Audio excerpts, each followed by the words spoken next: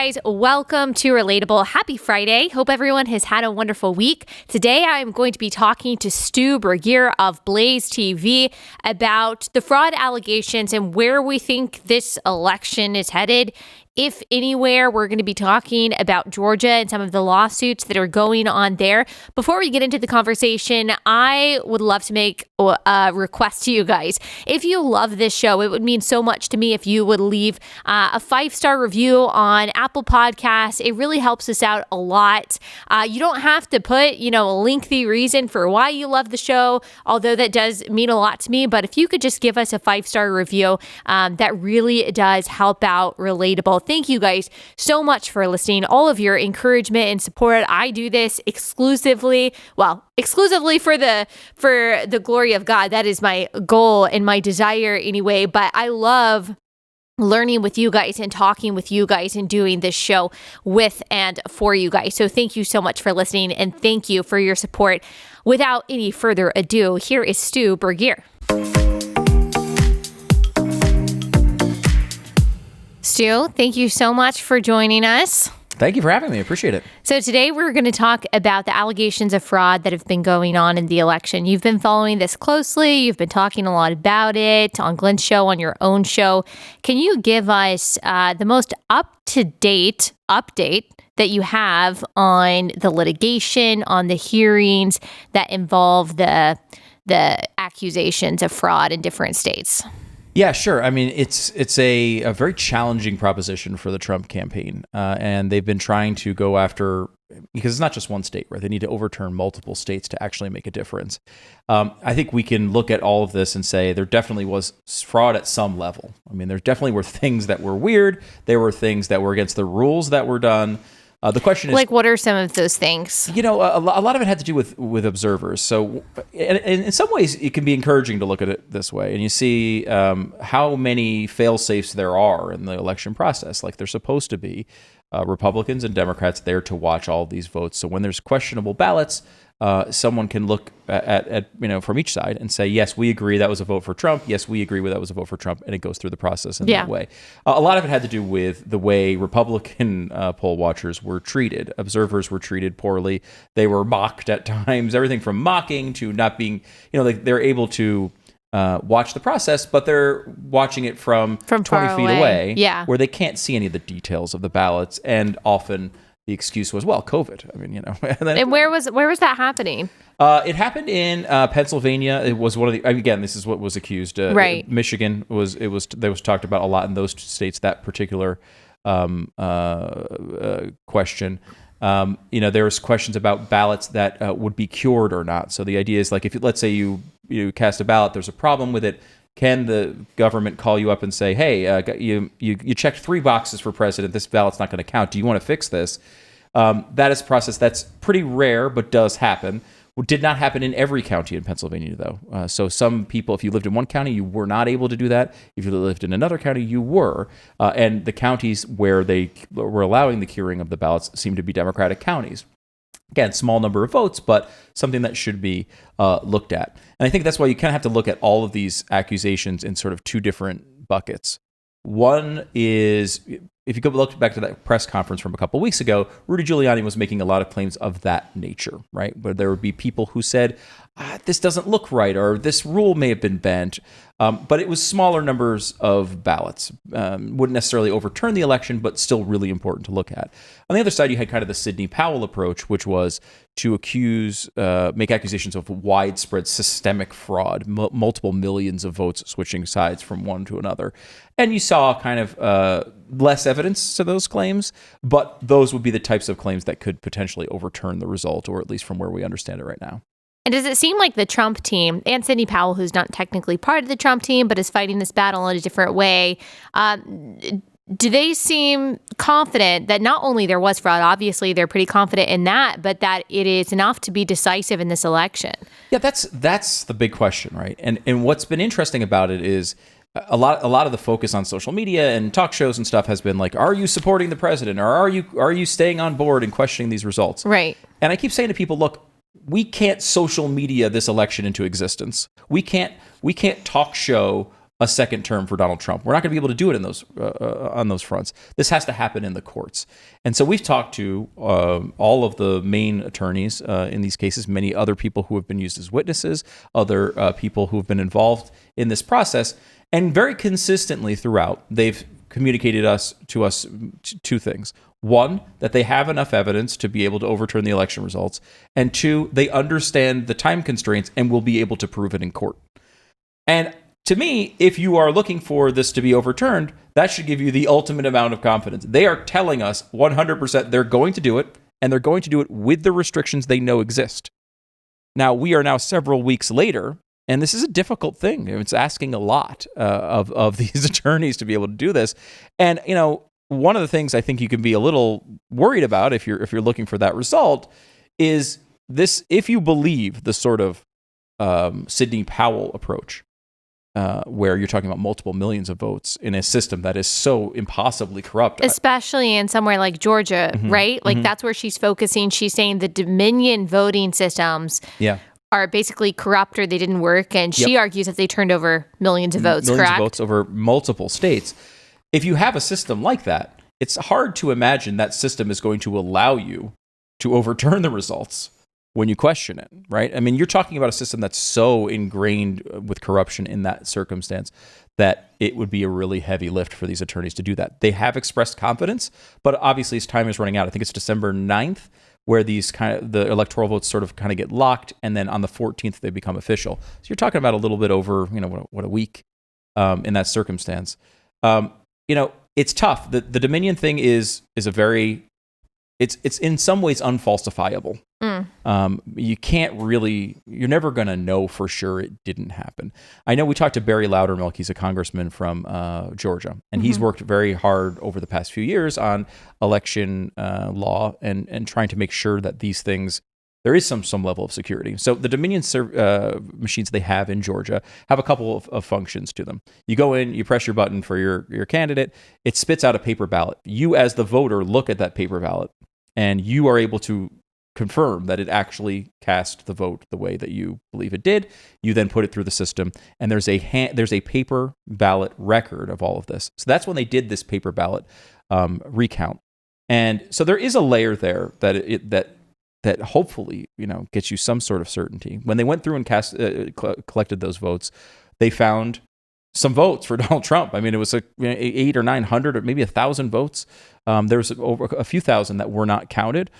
Really glad they found them. Yeah. It wasn't quite enough in a close state like Georgia to overturn the number, but at least they had that paper ballot record. In Pennsylvania, there are some Dominion machines as well, but they were not in Philadelphia or Pittsburgh, which were the two main areas they were talking about this fraud occurring. And actually, Trump did better than expected in Philadelphia. In the counties where where they used Dominion voting machines in Pennsylvania, Trump won 52% of the vote. So he actually won those counties. Yeah. It's tough because, there's a lot of layers to this, but it's like Republicans overall did actually pretty well in the election.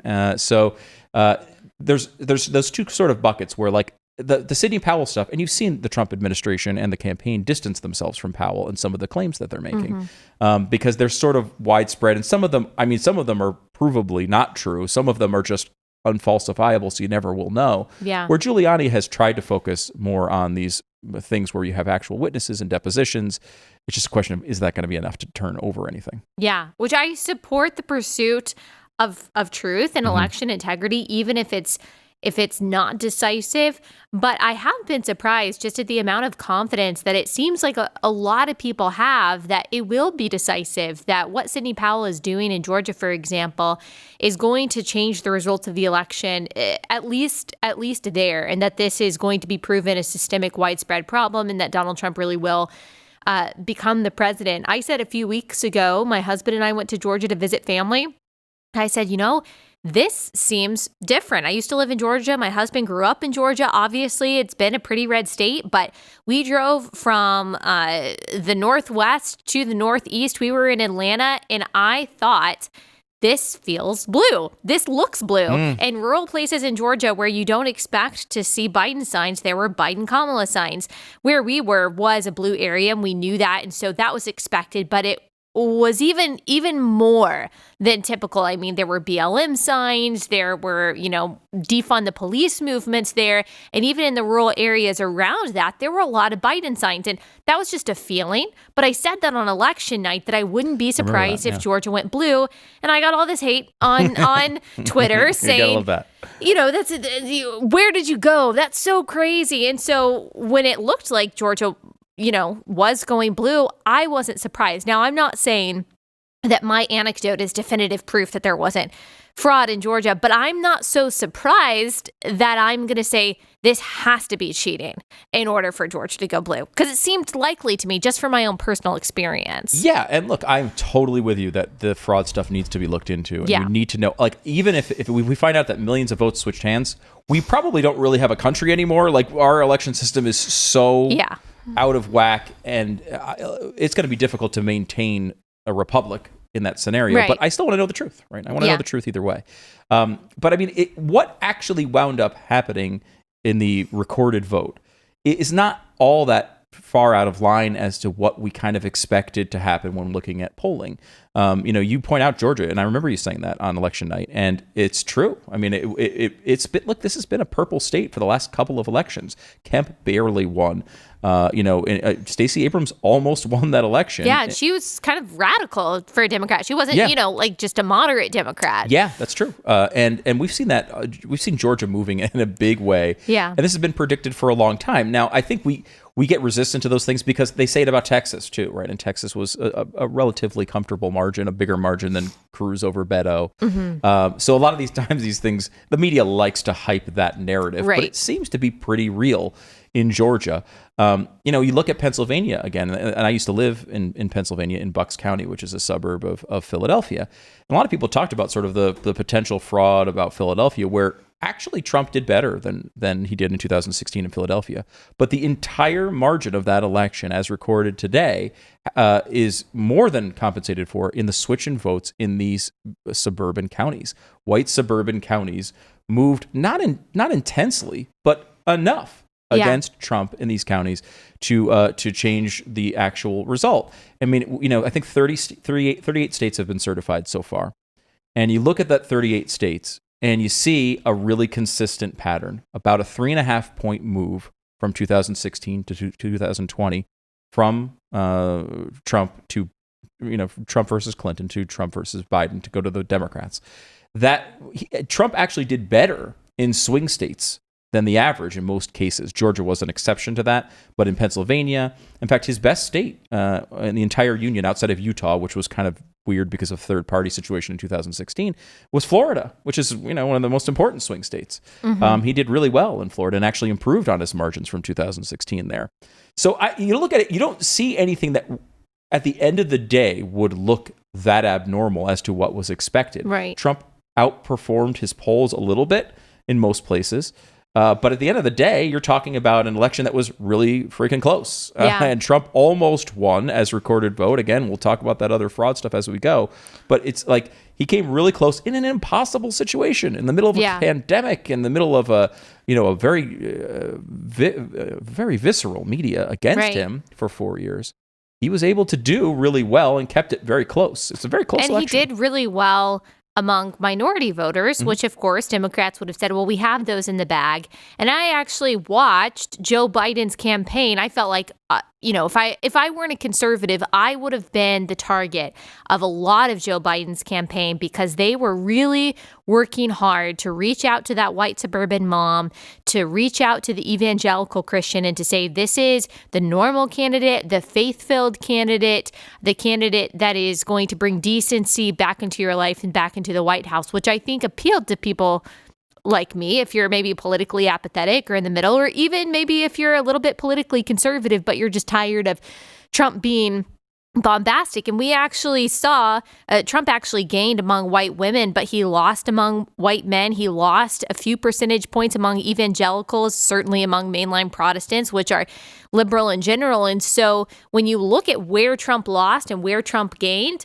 you see a pretty clear parallel between that and the focus of Joe Biden's campaign. Joe Biden won the demographics that they worked really hard to get, which were white Christians. They didn't win those completely. Trump still had most evangelicals in the bag. So that's another reason to me why it's not unbelievable to me that Joe Biden won by the margin that he did. Yeah, I think I think that's really reasonable, right? And I think you look. A lot of people hammer the polls. That polls get beatings no matter what happens. I think, I like looking at polls. It does not give you an exact result, but it gives you a general sense. And I looked through we did a prediction on my show, Stu Does America, on a couple of days before election night, and we came up with 306 electoral votes for Joe Biden, which is what he has right now, unless something changes. It was not out of the realm of possibilities of what could happen there. I think part of the reason, and I talked to my wife Lisa about this, and she's a really big Trump supporter, and was really surprised by that it could even be close, right? Because we live in Texas, and it's a pretty red area. I think though, to the average person, the country as a whole was never meant to be this focused on the president, right? Like, this is America. We don't have a king. We left the whole British thing because we didn't like the king situation. And that's not to say that Trump ruled as a king at all, but he's been more involved in our daily lives than any other political figure probably in our memory, right? And part of that is because the media is totally unfair to him. So commonly, everything he says turns into a massive news story, and that is not Donald Trump's fault. On the other hand, he also really likes being the center of attention, and he likes inserting himself into a lot of these things. So there's a just like we're tired of like COVID restrictions, and we're tired of these things that invade our lives all the time. Donald Trump is a huge part of our life. He creates a lot of anger from the left, a lot of passion on the right. My wife has broken off long-term friendships over this. This has been. We've become a very political society where it's become a real part of our lives. And I think a lot of times, and I know you talk about this on the show, it overwhelms even things that are supposed to be more important, like faith, like principles. So I think there was a pushback on that. And if you think about Donald Trump's coalition from 2016, it included a lot of Democrats, right? He was able to win over a lot of Democrats in 2016 that were not inherently Republican voters. He won people who would not normally vote for Republicans. So when Hillary went away, and Trump had 4 years of some things he did, I think, really well, but there was a lot of chaos in that period. A lot of those Democrats who last time were like, you know what, I'm gonna this one time in my life I'm gonna vote for a Republican. And plus they didn't like Hillary. And they hated Hillary. Yeah. They didn't hate Biden. Yeah. They didn't feel that way about Biden. Maybe they didn't love Biden, right? But they also didn't hate Biden. Like, people are like, I can't believe 80 million people could have voted for Joe Biden. Right. Nobody voted for Joe Biden. They all just voted against Trump. Yeah. This was a one-person election, and there was a lot of passion against Trump. I mean, they were lighting cities on fire. We remember this about this type of thing. So it's tough to kind of settle with here, because I think it's hard to imagine that people want that sort of AOC, Ilhan Omar world. I don't think they do, right. But they also kind of push back against some of these chaotic elements, and I think that's how we kind of got to where we are. And I think they don't realize, and Joe Biden's campaign did a good job of making sure of this, that they don't realize that even with a Biden presidency, that is probably what they're going to get in a lot of ways. Probably not going to be as quick or as radical or as quickly radical as, say, a Bernie Sanders presidency would be, but you're going to have a lot of far left progressives making moves within the Biden administration. And not to be a conspiracy theorist, but it seems to me that the DNC knew exactly what you just said, that this is going to be a one-person election, and all we have to do is put up basically a cardboard cutout of a person, as boring as possible, because we got to get some of those moderate people. We got to get some of those moderate Democrats back. We got to get those people who might be conservative but just want normalcy. So they knew they could not put Bernie Sanders up against him. And isn't it rare for someone, I think Joe Biden came fourth in the Iowa caucus. Is that correct? yeah, I'm trying to remember. He didn't do well in the primaries for a long time, and everyone was like, "Wow." He went to South Carolina. Yeah, Joe Biden's he's not going to win, and then all of a sudden he was the nominee, and amidst COVID confusion, it was like there wasn't even like a DNC. It was just like, oh, okay, no more elections. Yeah, no more elections. And we thought that Bernie Sanders was doing well. So I don't want to say that the primaries were rigged against Bernie Sanders, but it certainly seems like there was an intention by the Democratic Party to do exactly what you just said, to say, look, we just need as boring of a guy as possible. Yeah. And Joe Biden, so true. Joe Biden is that, don't you think? Yes. I mean, they got Joe Biden as the nominee. I mean, and there was, I think, a bunch of reasons for that. I think there is enough awareness among Democrats that Bernie Sanders is not what America wants right now. Right now. They want that eventually. Yeah. But I just don't think they think America is ready to elect Bernie Sanders as president. So they got Joe Biden, and their treatment after that point was exactly what they should have done. If you are a strategist for the Democrats, what you want to say is make people forget anyone is running for president right now other than Donald Trump. Yeah. Make this into a situation where people walk in and say, do you want Donald Trump or not? Yeah. That's what they wanted. And the way they achieved that was by hiding Joe Biden for 6 months. Yeah. And they had the perfect excuse with COVID. He can't go outside. I'm sorry, can't do any rallies, can't go on television. Why can't he go on television from his house? I don't understand. But you realize every time he was making speeches, he was messing up and he was hurting himself. They just did what they could. They called a lid every day at 11 o'clock and didn't let anyone see Joe. And it's like the best Joe Biden is the one you forget exists, exactly. is really their pattern. And it was probably a smart strategy in the end. You know, Trump, we saw that in the first debate with Trump, where he was trying to be aggressive. And what America needed to see was, hey, there's this other guy that you should not be sure about, you know? And I think you saw him improve that strategy in the second debate, but it may have been a little too late.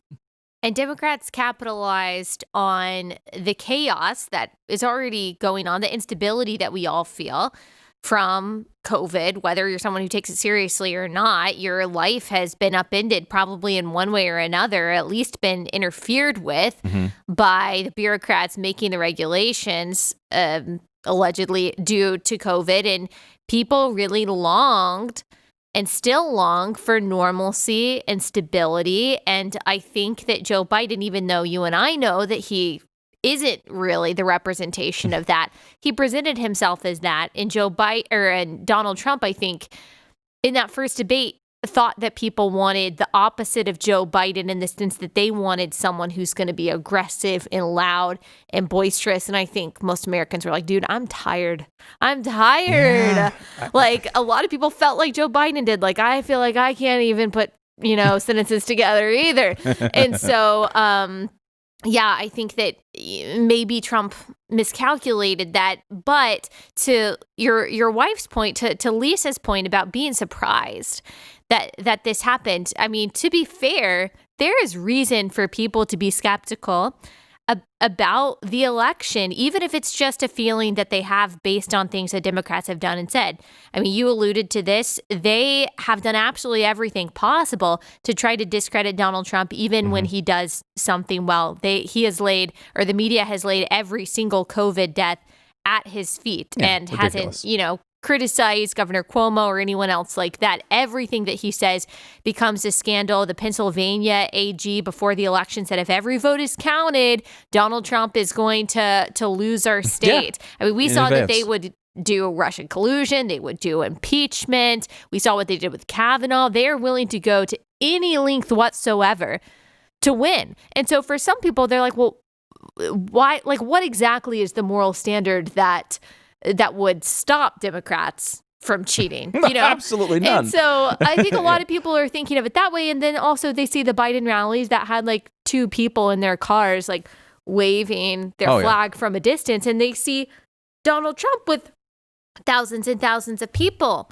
And so, there is a reason for people to be skeptical about this stuff. Oh, it feels weird. I mean, one of the things I think that's interesting about this election, and I don't think I can ever remember seeing it in my lifetime, is there's always been a situation where the enthusiasm meant something, right? Enthusiasm was always a meaningful thing. You'd look at Barack Obama in 2008, right? Barack Obama in 2008 is out there. He's got these huge crowds. They're absolutely going crazy. And it meant something. It meant something towards the result. 2016, Donald Trump. His polls, he was a little bit behind in the polls, right? But people felt it. Right? You watched the rallies. You saw people going crazy. Yeah. And so we apply that sort of previous knowledge to this current situation. I think the thing that's a little different here, and I think what we kind of forget is, one, there was part of that was a strategy by Democrats, right? They could go pay a bunch of people to come and act excited at their rallies if they really wanted a lot of people.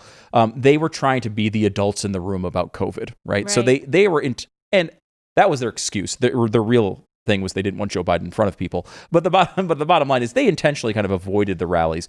That's not to say that they would have been anything like Trump rallies. They wouldn't have been.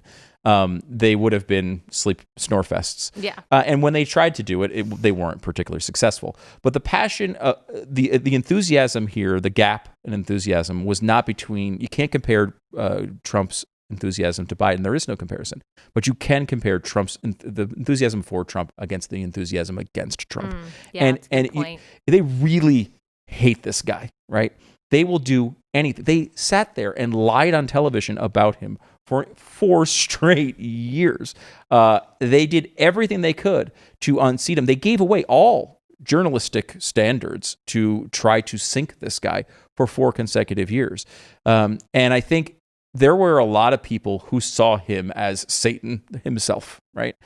And they really did come out. I mean, you saw like I made the joke about they were burning cities to the ground over this guy. They really were. Yeah. I mean, they were out there rioting and so much of the George Floyd stuff and all of those riots and at the time was brought back to not even police, but Donald Trump himself. Yeah. Everything was Trump's fault.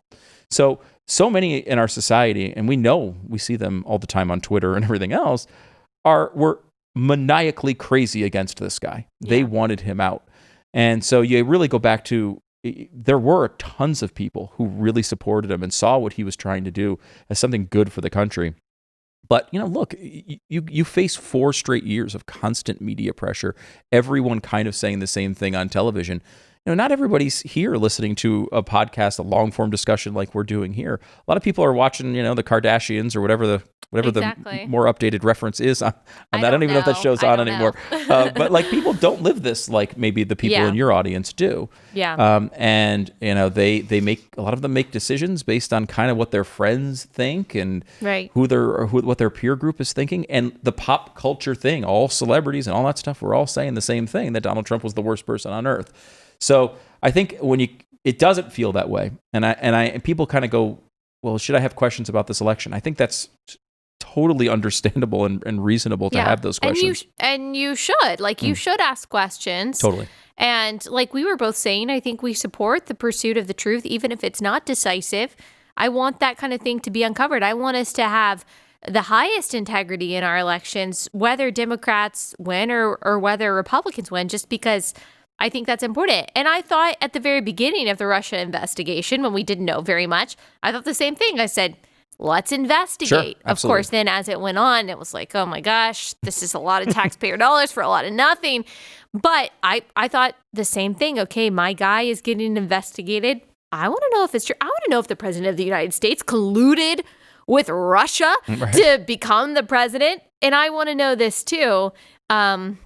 It doesn't seem, though, that kind of curiosity and desire for integrity is nonpartisan among a lot of people, though. Yeah, I don't think you're going to see any of the same questions being asked about Biden. And then there are legitimate questions to be asked about Biden. And I'm kind of the mindset of like, let's look at the worst case scenario here. I'm a very negative person. But like I look at this and I say, if let's say Sidney Powell's lawsuits all come through and Trump goes back into office, that's easy for us to adjust to, right? Yeah. That's cake, right? Like, okay, Trump's in there again. We've already had 4 years of that. 4 more years. Hey, our taxes are low for 4 more years. That's going to be something I'm going to have no problem adjusting to. I don't want to let Joe Biden walk into office in January if he winds up if this stuff doesn't pan out, with no criticism, with no one looking at, he's just naming people to cabinet posts left and right. And, the conservative media largely is kind of just shrugging their shoulders and letting him do whatever he wants. as he marches towards Washington. And like I feel like we have to guard those things, or there will be no scrutiny from the mainstream media on it. So I don't know. That's the way I'm trying to look at it. It's like everyone would love the best case scenario, but you got to plan for the worst. And we have to look at this and say, they've got a week left to try to prove this, and if it's true, I want it to be out there. But we have to look at it and say, okay, well, let's look at that. We're not going to be able to change that on social media. Let them do their jobs in court. They should have their right to do that. And then we'll look at the other stuff as well. And that's how I feel. And a lot of people have accused me and accused a lot of other people of giving up the fight, of not being a true patriot, of not supporting Donald Trump. But I kind of feel like there's nothing I can do. I support them in their pursuit of the truth, and I want the truth to come out. And if it's decisive, that will come as a shock to me. That'll be amazing. I want Donald Trump to be president for 4 more years. Of course I do. Mm-hmm. I think policy-wise, he has done a lot of good things. And when I look at the threat of China, when I look at the people that Joe Biden has named to cabinet positions, the swampiest of swampy people in the entire world, I'm like, oh my gosh, do we really want John Kerry in charge of anything? No. So I want that. When I look at the threats that we are facing, I think that Donald Trump is the man for the job, but I am not going to delude myself into thinking that it has a high probability. That doesn't mean that I don't support that, or that I'm not a patriot, or I don't think you're a patriot. I know that you don't. No. I know that you don't think I'm a patriot, but I want to make sure everyone else knows that I am. Right. Let's talk quickly about Georgia. Yeah. We talked about Sidney Powell and the Dominion voting system and the accusations of widespread fraud. Now we are hearing both her and Lynn Wood. There was a rally earlier this week in Georgia saying, do not vote for Republicans in these 2 special election Senate races until they guarantee, I guess, the Secretary of State in Georgia and Governor Kemp, until they guarantee that we have integrity in our voting system. You need to withhold your vote. And I've talked to people online that say, yeah, I'm going to teach Mitch McConnell and the establishment a lesson. And it blows my mind. It blows my mind. What do you think about that? Yeah, because I think the lesson that will be taught will be to us. Because if these, even if it's completely because of corruption, right? If Joe Biden is president, and these 2 seats go to the Democrats, they will have complete control of the government, and they will be able to do all the extreme things that we worried about from the very beginning. I think a lot of Republicans have come to this idea, oh, well, the election went better than we thought in the House and in the Senate. Not necessarily in the presidential race, but at least there's going to be some way of stopping all the AOC from popping out in everybody's mind. And the Democrats have gone to great lengths to try to convince Republicans of this. For example, Joe Manchin has been on television every 2 days, who's probably the most moderate of the Democrats from West Virginia, saying, I won't let any of this happen. I'll tell you right now, I'll vote against it. I will say, if they try to end the filibuster or pack the court or any of these things, I'm going to be standing up against it. These darn Democrats. And then AOC posts a picture of her frowning at Manchin. This is theater. It is theater designed to convince people in Georgia that could go either way that it's okay if you give Democrats control of the entire Senate, because they won't do all these crazy things. Joe Manchin will be there for you. Here's the truth. Joe Manchin will not be there for you. When they need his vote, he will vote with the Democrats. When there's plenty of clearance, and it doesn't really matter how he votes, he'll throw some votes to Republicans so he can seem like he's moderate. But we've seen this with all sorts of different votes over the years. When they've needed his vote, he's always there for them. And Republicans should legitimately be terrified of what happens if they don't get both of these seats, and to an extent as well. Even if they do get these seats, who are you depending on? Lisa Murkowski, Susan Collins, Mitt Romney. These are not people who you could depend on voting for conservative policies here. No. 52, and it's a very Jell-O-like 52. Yeah. If you win both of them, Lynn Wood, who was the guy making this case at the rally you're talking about, is a guy who has voted for, campaigned for, and donated to Democrats his entire life. Specifically, the candidate that ran against Purdue last time. Yeah, and exactly. And when Obama could have had a super majority, he was there to donate to Democrats. Perdue's opponent, he voted in the Stacey Abrams primary. Well, people who support Donald Trump generally didn't vote in the Stacey Abrams primary in Georgia. It's awfully convenient that Joe Manchin can come out and say, "Oh, I'm on the Republican side this one time." It's awfully convenient that this lifelong Democrat is out there advising Republicans not to vote for Republicans. Yeah. We have to, again, I'm a worst case scenario guy here. We have to have some way of stopping the worst impulses of the Democratic Party. Yeah. If Joe Biden is president, if there's a Democratic Senate and a Democratic House, they're going to be able to do whatever they want. And it's not Mitch McConnell who's going to learn a lesson there. He's going to have his nice job, and he's going to make all this money, and he's going to have plenty of influence and go to all of his dinner parties anyway. Right? It's us. We're the ones that are going to feel that. We're the ones that are having our First and Second Amendment rights threatened, parental rights threatened when you're looking at something like the Equality Act, that stuff. I mean, AOC has already said, look, I don't want to lose because I don't want to compromise. I get it. As a Republican, I feel the same way. Mm-hmm. I don't want to compromise with you guys, with the radicals at least, either. And so I want to win. But you're hearing the farthest left wing of the party saying, look, I'm not looking to compromise. She's posting things about Joe Manchin like, you better watch out. And so they're not looking to compromise. They're not interested in moderating to the 70 plus million people that voted for Donald Trump. And when you look at the Georgia Senate races, it's Republicans' fault, by the way, that a Republican didn't beat Warnock.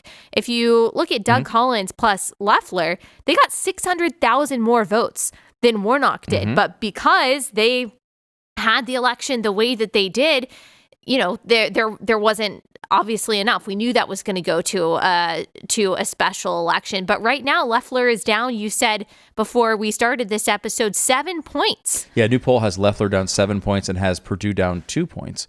Now, look, it's a poll. We all know that polls are not always, it's one poll and they're not always accurate. We know that. But there is real reason to be scared. I keep coming back to this imagery where like you're standing on the edge of a cliff and you're balancing yourself on one foot. And Republicans are just convincing themselves, the wind will probably come and blow us back onto land. But wait, what if it blows the other way? Yeah. I mean, this is a close election either way. We've seen multiple close elections here. This is a national election. They're pouring $250 million into these races. Democrats want them, and there's a reason they want them. It's not because they want to get some moderate changes through. They want them because they see an opportunity to do real damage to the things that Republicans, conservatives hold dear. Yep. And look, I mean, I'm not in Georgia. I'm not going to be voting in Georgia. But if I were, I would not let a lifelong Democrat or another lifelong Democrat talk me out of voting for Republicans here. Right. And I do actually think that Kemp and the Secretary of State and the two Republican Senate candidates have supported the fight there and have said, yeah, we want election integrity. We're going to do everything we can to make sure that this election is conducted in a way that is honorable and honest. So a lot of people are saying, well, the Georgia officials aren't doing anything. I actually think that they are doing something. And to the people who are saying, well, what's the point of voting if we cheat? We're just going to lose anyway. Well, one way to guarantee that you lose is not voting. Like, that's a really good way to guarantee that you lose. Yes, it is very, that will definitely be, I promise you will lose if no one votes. If no one votes, you got to do it. And it is, sometimes I think you get down these roads where you want to send messages, you want to punish these officials. I mean, the Secretary of State has taken a beating in Georgia, as well as the governor. I mean, Loeffler and Perdue have called for him to step down, the Secretary of State, over all of this.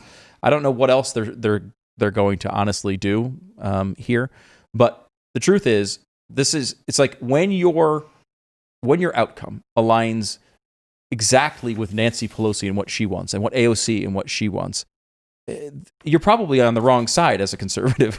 Yeah. And I think this, we can't let people who have, God only knows what their actual intent is. I will say, like, there's a lot of money flowing around to some of these attorneys from outside groups. I would not be surprised if we find a lot of the funding from this coming from left-wing groups, not right-wing groups in some of these lawsuits, because, right now we're at a situation where, when the outcome is that, when you have thousands of Trump fans cheering for a Democratic control of government, which is what was being encouraged there, their question marks have to pop up in your mind. Yeah. You got to vote your conscience and what you believe is right. If you think these people are really that terrible, you got to vote the way you want to vote. But don't let the Democrats talk you into doing it. Yeah. And I don't have time to play the clips that I wanted to play, but there are a lot of hearings that are going on. Hearings in Pennsylvania and Arizona, in Michigan, where people are they're purporting, various evidences of fraud, like a spike in Biden votes in Pennsylvania. Mathematician Robert Pinion says that he wouldn't certify the Arizona election based on what he has seen. That's what he said in an Arizona hearing. In a Michigan hearing, a poll watcher claims that she couldn't see any ballots and wasn't allowed to get closer. And I think seeing some of these hearings come out, a lot of people are hopeful that, okay, maybe change is a coming. Donald Trump, he released a 45-minute video saying, look, I need your support. So I guess my question is, what's your prediction in all of this? What's your message to people that are still clinging to hope that things could turn around for Trump? Hope for the best, but prepare for the worst. I think the percentage chance of this succeeding is low. The reason is because, look, you're in a system that, if the fraud is true, is likely to rule against you, right? It's hard to imagine it goes another way than that. So, I mean, I think preparing for the worst is a rational thing to do. I think there's a lot of stuff. You remember, there's two roads here. There's a lot of stuff that goes on social media. There's a lot of videos, a lot of I don't understand why this line goes up this way. I've been watching election results come in for years. It's a big part of my job. That happens every single election like that. Giant chunks of votes come from cities that are 95-5 or 90-10 Democrat. It's not unnatural. That sort of stuff happens. That might be different than what they're talking about. What you can, I think, sit back and take solace in a little bit is that these attorneys say they have the evidence, and they have promised us multiple times on the air they will be able to prove it in court by the deadline. So there's very little for us to do here. We can sit back and watch it all happen, try to understand it, but it's really going to be something that takes place in the courts. And these attorneys, the ones that are on Donald Trump's payroll, the ones that are fighting in Georgia, are people who know the legal system probably better than all of us, and they say they can do it. All we have to do is sit back and watch and see if they can. But we can do something about the Georgia election that will at least alleviate the worst things that the outcome could present. Yeah, and guys, if we lose Georgia, you can't say that it was rigged. It's because people didn't go out and vote. And vote. Yeah, please vote. It's literally the rights of the entire nation are resting on Georgia right now. And I think it's very short-sighted to listen to someone who has been a historic Democratic donor and not voting for the candidates, one of whom he has donated to the opponent of a few years ago. And so please vote in Georgia. There's a lot on the line. I'll be talking a lot more about that in the next month or so. As you said, really all we can do right now is see things unfold. If something, by some miracle, by some unexpected turn of events, things did go in the way of Donald Trump, we are looking at the greatest meltdown from the left and the media that we have ever seen. I don't anticipate that, but I think I would hide in a bunker for at least a year. Oh, yeah. If that happened. Yes. I just can't imagine. Preparation supplies will be flying off the shelves. Yes, My Patriot Supply. They're not a sponsor, but you should check them out just in case. Okay, Stu, can you tell everyone where they can find you? Yeah, please. Stu Does America. It airs here on Blaze TV. I get it on podcast as well. It airs on YouTube. If you just search for Stu, I'll be the first channel there. And that's nice. Yeah. Not a lot of people searching for Stu. I don't know if that's true. And on Twitter @Stu Does America. Okay, awesome. Thank you so much for taking the time. Thank you.